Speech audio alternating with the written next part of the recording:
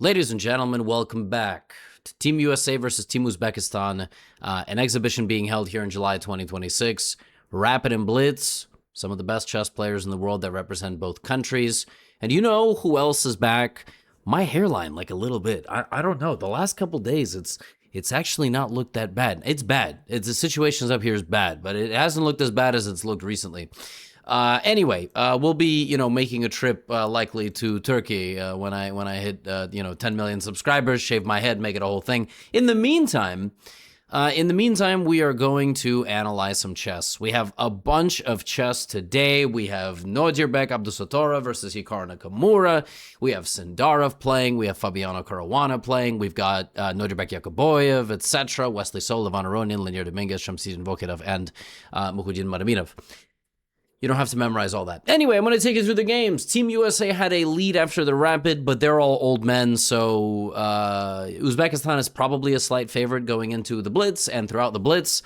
And this first game is a hilarious game, honestly. This looks like a game you guys play. So it starts out very chilled. Starts out with an Italian. Phone fell out of my pocket. And not a phone, my phone. I don't steal phones. Knight to f6, and we have knight to g5. I told you it looks like a game one of you plays. Like, I guarantee 60% of you have played a game like this, either with white or with black, in the last week. This is, of course, the attempt to play the fried liver. Hikaru goes d5. He was clearly a little bit surprised by this. And here, rather than going for the main line, knight a5, he goes b5, which is a very tricky line. But then I was shocked by the next development, because Nodirbek played the next move in a second. b5 is an amazing move, by the way, if you want to play this with black. Nodirbek went bishop f1, which is a weird move. But basically, you're out of the way of any attack, and in the future, you can take once black plays the next move. Plus, queen d5 is impossible because of knight c3. Hikaru spent 29 seconds on the next move, which was weird. Bishop takes b5 was the move Nodirbek played. Hikaru spent another 20 seconds on bishop b7, and then Hikaru spent another 20 seconds on queen d7, which is like, this is very unlike Hikaru. Nodirbek is one of the fastest players in the world. And Hikaru immediately, deep in the tank, and then this move d4 from Nodirbek, and it's almost like, Hikaru had a feeling this was coming, because here he tanked for 51 seconds, which is wild. Unless these timestamps are just wrong, he is down below a minute on the 9th move of the game. Now, I am not one to talk. I suck at chess. But this is obviously, I'm just saying, as an old man myself who has gotten into time trouble at the ripe old age of 30, things just don't work as well as they once did. Some things work just fine, but in chess, you mostly need your brain and your nervous system. Queen e2 is the move Nodirbek plays, long castles, but the problem is Nodirbek is just going to win a pawn, and then he's going to castle, and then he's going to chill. At this moment, Hikaru decides that he can go out with a bang or a whimper.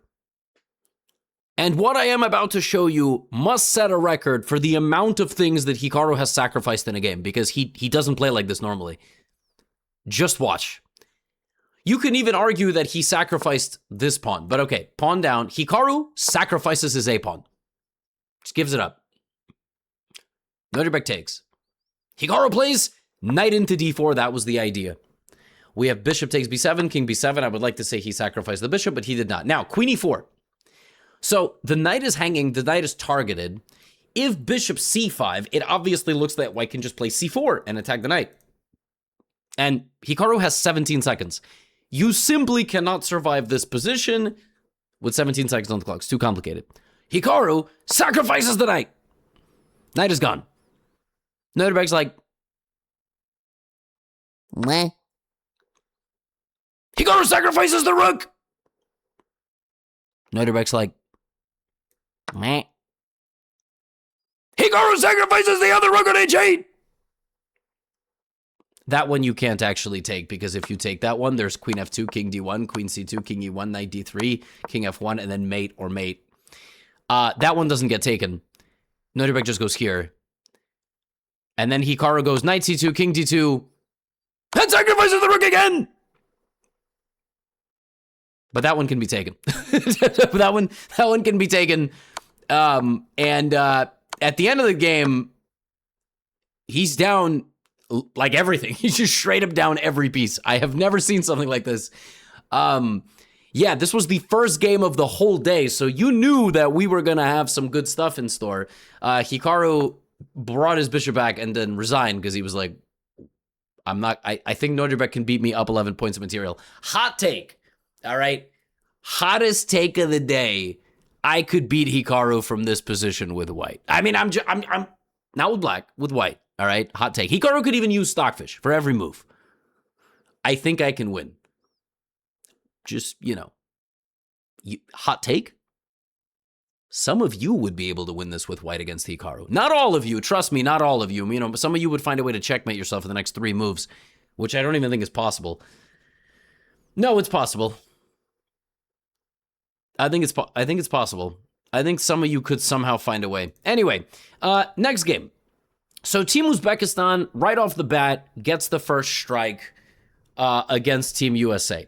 Next round, we're playing, and they have a rematch. Hikaru, Nodirbek. Hikaru goes for a Queen's Gambit decline, exchange variation, one of many that you can play. This is certainly an extremely solid line. I mean, h5 is ridiculous. I can't even believe people are playing like this now, but you're just not letting white expand with g4. Nodirbek clearly has some good understanding of the dynamics here. Hikaru's like, I'm going to slow things down. I'm going to play a grindy positional game against my younger opponent. That doesn't really help. Because in the 20th to 25th moves of the game, Nodirbek plays with energy. He puts Hikaru under a lot of pressure again. And he's much better, and he's up 40 seconds on the clock. And I gotta tell you, folks, we are living through the era. In tennis, we are living through the era that Novak will never be the best in the world again. And some of you love Novak, some of you hate Novak, some of you don't know who that is, which is kind of shocking. But we are living through a time where you not only are not winning and it's shocking anymore, you're no longer the favorite. And we could be living through a period right now where Hikaru is not a top 2, top 3 blitz player in the world. And I know the biggest criticisms is like, well, he never got a medal at the world. Like, perennially speaking, like last 10 years, he's clearly one of the best speed players in the world. So you're looking at this, you're like, wow, Nodirbek is just an incredible form. Disregard the computer for a blitz move. That's completely fine. And the advantage only grows, right? And as we get deeper and deeper into the time trouble, Nodirbek playing with power, with precision. He gets a big advantage here. And he needed to go knight to e3. I don't know what he didn't like about the move knight to e3. He might have seen like a rook sacrifice for Hikaru, followed by queen f2 check. He ends up stabilizing his position. And that costs him, because even though he plays that move instantly, by the way, Hikaru doesn't give you a second chance. And within like 7 moves, he completely turns the game around. There's tricks all over the place. Hikaru only 20 seconds on the clock, and this is just mate. It's not mate. I think you just lose. Actually, it is mate. Bishop f8, just queen h6, rook f8 mate. Even though black has some pressure here, he's unable to get to the white king. Nodirbek played too fast. And in an ironic turn of events, the move that he spent time on in this position, instead of rook e4, he should have went queen e4. He spent a little time, went rook e4, and just blundered rook b8, followed by queen h6. Unbelievable. He had outplayed Hikaru back-to-back games. He would have won 2-0. And this was the game that cost Uzbekistan the second round. The first 2 rounds were 2.5, 1.5, and 2.5, 1.5 back and forth. So Team USA retains the lead, right? That's nuts. And I mean, Nodirbek has been right there. He's a 2,800 FIDE rated player in Blitz. He is the second place runner-up in the last World Blitz Championship in Qatar, in Doha, where he ended up losing to Magnus. So this is one of the best Blitz players in the world. He very well could be right now more in form, than Hikaru, but he lost. And that's the way it goes sometimes. Now, what's going to happen to Hikaru in the event? He's still got to take on Sindarov. He's got to play Nodirbek, and all of the Americans have to take on the Nodirbeks and the Sindarovs. And these two guys are one of the scariest 1-2 punch combos in the world. So here's another matchup. We have an English. We have a King's Indian defense. We have c5 played from Sindarov, and he takes on d4, plays knight c6. Now the game kind of resembles, vague. White could try to play for some sort of bind with f3, b3. It's called a Maraxi bind. Black is going to look for counterplay. He does. Typical ideas, trading off the dark squared bishop. Hikaru gets hit with e5, right? No, and by the way, Sindarov is another guy that is insanely fast. That's the thing about these young Uzbeks, man. Not only are they good, they're really quick. They put you under a lot of psychological stress when they play you. In Bullet, it's easier, right? Because you only have a minute. So takes. Sindarov, excellent understanding of this Maroczy position. Always a queen b6 and a dark square takeover is possible. White is severely restricted on this side of the board. And the rest of this game is a ski slope.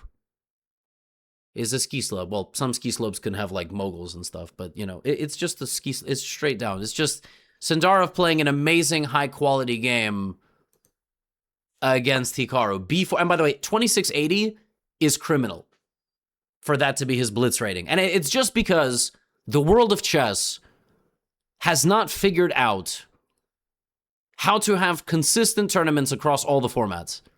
Classical, rapid, and blitz. I don't agree with a lot of things that Hans Niemann says, but he gave an interview recently where he said something that I don't think I've ever heard anybody say before. And if I'm wrong, I'm sorry. Hans Niemann said, in tennis, you have seasons. Hard court, clay, grass. What if instead of mixing all these random formats throughout the year, chess had seasons? Classical, primarily, right? Rapid, and blitz. Sindarov is a 2750 FIDE blitz player minimum. He just doesn't have a chance to play that many FIDE blitz tournaments. That's the truth. Yeah, he takes over on the dark squares here. He trades. Look at this beautiful maneuvering to f4. Just fantastic. Just really nice. Queen g5. And 3 spot infiltration. Like the center is locked. So, you know, you infiltrate over here. You infiltrate on this side. It's over. How do you actually break through? Reposition. Rook b3, queen g5 back, and you're going to win here. You're going to win like this. You're going to jump in with the knight. The queen has to stay guarding. I mean, when have you seen Hikaru's 3 pieces reduced to standing in the corner of the board like this? Only against the Uzbeks, man. Knight f2, queen f4, queen f3. It's over, man. Like, rook f1 is there, followed by knight to g4. That might not even work, by the way. But Sindarov, he gets the job done while always defending his king. Queen h1, queen f2, rook b2. These Uzbeks are here to stay, and they're going to be an issue for some of these incumbent players. Having said that, Team USA still maintained an early lead. All right? Now we go here. We have Nodirbek versus Fabiano Caruana. All right? We have a Queen's Gambit declined Rogozin variation, and it gets spicy. We get bishop f5, check, e3, all right? And then when bishop b5 comes out, Fabiano goes g5. This unpins his knight and allows him to bring this knight to the middle if he wants. For whatever reason, he wants, he goes here. Maybe this knight is going to come there in the future. So we have bishop back to e2. He stabilizes the center. Again, all these moves are very natural, so the computer's calling them mistakes, but for blitz, it's all completely fine. I mean, h4 from Nodirbek, absolutely no respect, no nerves. G takes h4, opens up Fabiano's king, and now the rook goes to f4. And ladies and gents, this is not how you should be using your rooks. I mean, I'm sorry, it's just not. The way he does it, it's beautiful. Don't do it. You're going to drive the car off of the track, all right? You guys cannot get away with stuff like this. Bishop to g6. Now he takes, so black has to waste a move with his bishop, and now king d2. This is gangster, bro. This is how a gangster plays chess. Rook to h. I've said that before, and I've had people get mad about that word. They're like, actually, if you look up the historical context of that word, you all sound like angry middle-aged British men when you complain in the comment section. You know, when you guys hit me with the, well, it's not a good look. That's what you sound like. Anyway, this is a badass way to play chess right here. I mean, he's going to bring the rook. The king is utterly safe. This king is not. Bought a house that for some reason has no roof on it. Rook e8. And just a fun game, man. And I mean, Fabi defended himself really nicely. He managed to get it to an endgame. The problem is his king is just always weak. It's always weak. c4, queen back to c2, and it's just a matter of time. He has gotten close to equalizing, but look at Nodirbek's clock. This man is always up on time. Always. Doesn't matter. He will never go. Plays quick, with energy, every move coming down, F3. Nodirbek didn't go below 45 seconds. Every move he played in like 3 seconds, right? He just plays with a pace, man. And suddenly, right here, Fabi makes a little inaccuracy. He should have been a little bit more aggressive with his counterplay, but he didn't want to lose all his pawns. And that's it. Now, white is winning. And Nodirbek just has to lock it down, gets the king to f4. This pawn's going to end up queening. These pawns are just not fast enough with the counterplay. And it's just a matter of time. King walks in. Beautiful shielding. White's 2-pass pawns here, absolutely vicious. Nodirbek stayed up 20 seconds on time. The whole game. I love the way Nodirbek plays chess. I don't think Nodirbek knows I exist, by the way, and that's fine. But I shook hands with Sindarov recently, and that's good enough for me. But I love the way Nodirbek plays chess. He plays with a swagger. Nodirbek plays chess with an inherent arrogance that is so well-deserved. It's so great.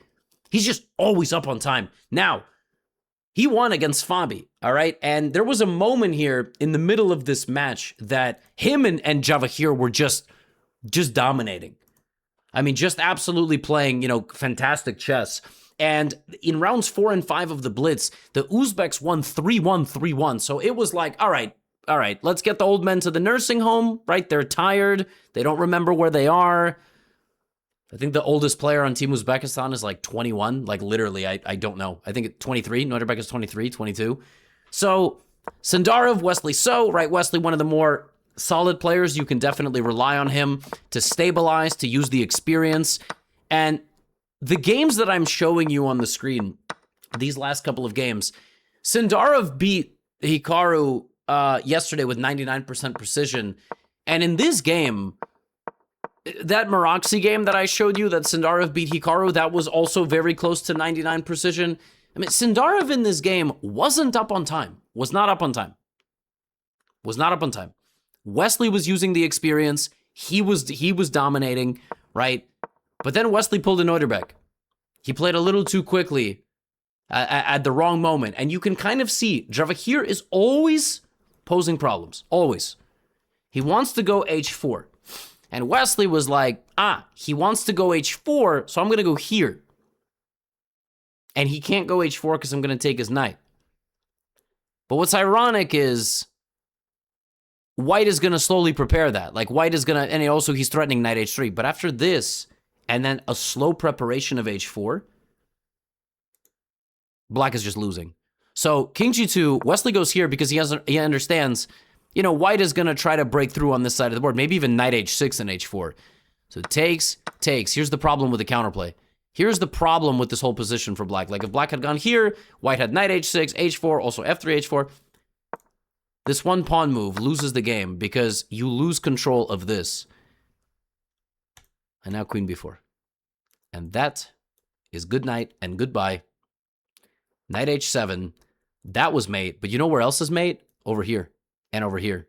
And the way you get over there is you go queen b8 and you take a direct flight from JFK Airport, one of the worst places on the planet. But it's apparently getting a makeover. I mean, it's going to get a makeover, and LaGuardia got one, and it became like the best airport in the United States. I think that's a fact, not even an opinion. And even if it's an opinion, it has a falling waterfall fountain that plays music and makes little animation, like little designs and things, and they probably spent $40 million on it. And it doesn't matter because this is a normal way to spend taxpayer money. Anyway, that's besides the point.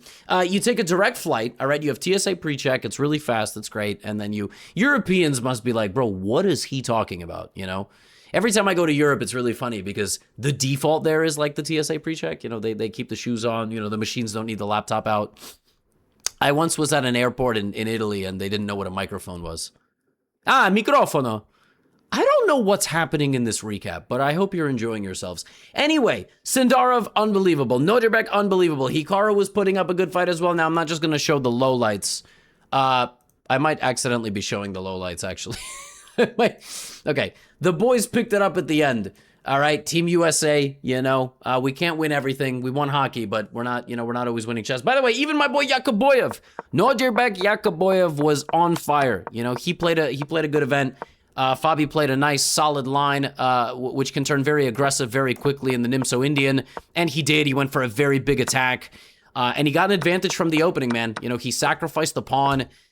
This is a very scary line for black because you almost get blown off the board immediately. And ef6, rook f6 was Fabi's big moment here. He needed to go knight f4. He needed to go knight f4, queen g4, play with, power. He went here, though. He traded the rooks, and, the attacking side doesn't always want to make trades. And then he went down the middle, and Yakoboyev got back with his knights and took over the game. And then in the end game, he was doing a little bit better. I'm not going to do a deep analysis on games where the guys have 7 seconds on the clock, right? Like, they are just kind of playing the best as they can. Right here, he gave back the advantage. Don't trade the queens, guys.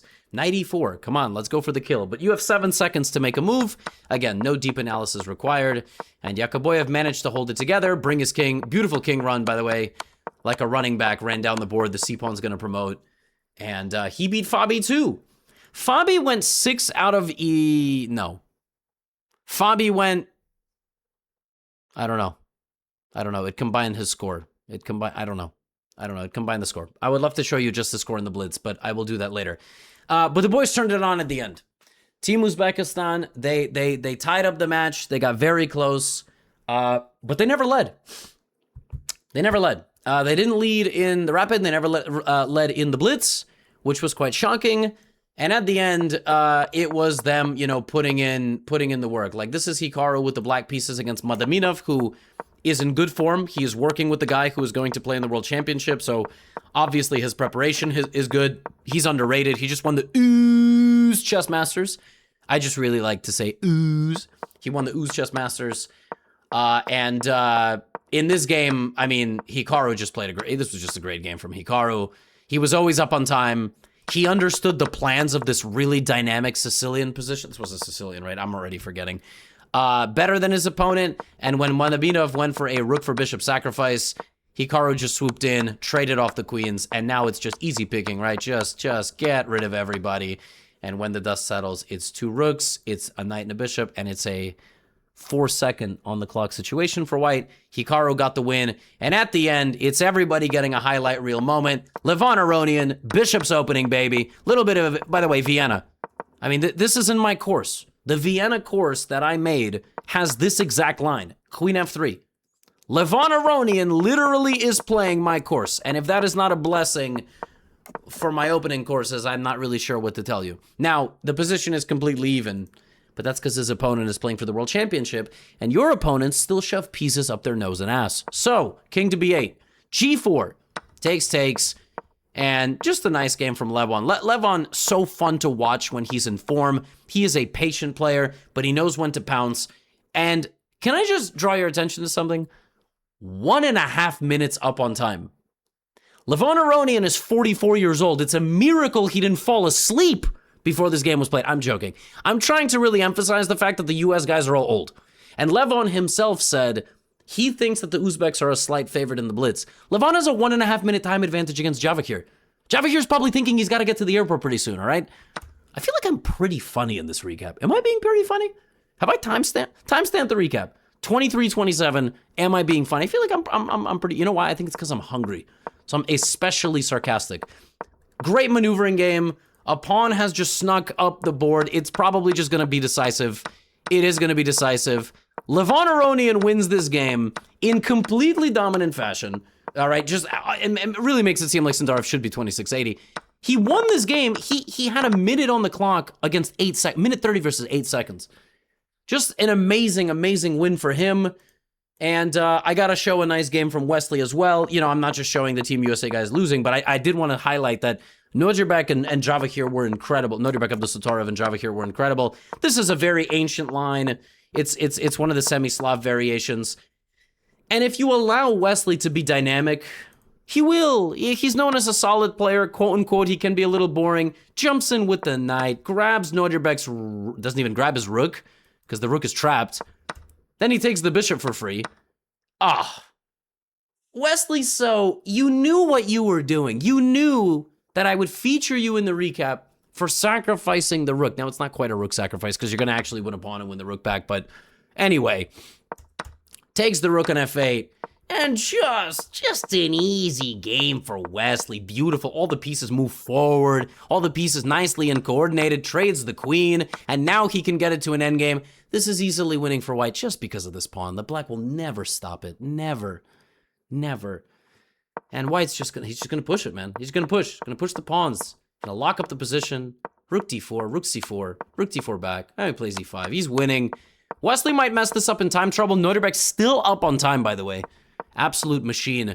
And right here, Nodirbek gets a chance to equalize. Purely because he played fast, by the way. And then a couple moves later, not only does he get a chance to equalize, bishop e8, or this as well, this is already equal. If Nodirbek played rook to d2 in this position, defended, and he would be promoting this pawn, he would have rook to d2, rook c6, rook d5 check, and he would win the pawn. And he missed it. He missed it. He had rook d2, he would have saved the game, but Wesley will not let him have another chance, and that's the end of the game. Nodirbek probably just thought he was lost, and Wesley wins. And Team USA won the last 2 games. They actually won the match with a round to spare. They won 14-10. I think that translates to they won 2-1 in the Rapid, and they won 4-3. So they won 1 in the Rapid, 1 in the Blitz. That's how they won. They won by 4 points. Yeah, I mean, overall, a very balanced performance, it felt like. Do we get individual team performances? Fabi went, okay, no, I'm just going to have to, I don't know. You guys figure it out yourself. I'm going to go eat some food, all right? Shout out Team USA, USA, USA. And none of them could have done it without a signed copy of How to Win at Chess Next Level. You can get it signed in Canada, in Australia, and the United States. And if you're from somewhere else and you want to get it shipped, it's going to cost a lot. And I'm sorry, that is how global logistics work. I'm trying my best. I really am. I don't name the price, and I don't name the logistics or the shipping cost, guys. I just wrote a book, and I'm trying to get it all out to you. And thank you. If you've pre-ordered it already, over 10,000 of you, the signed copies are almost gone. Can't wait for it to drop. Okay, that's all. Get out of here.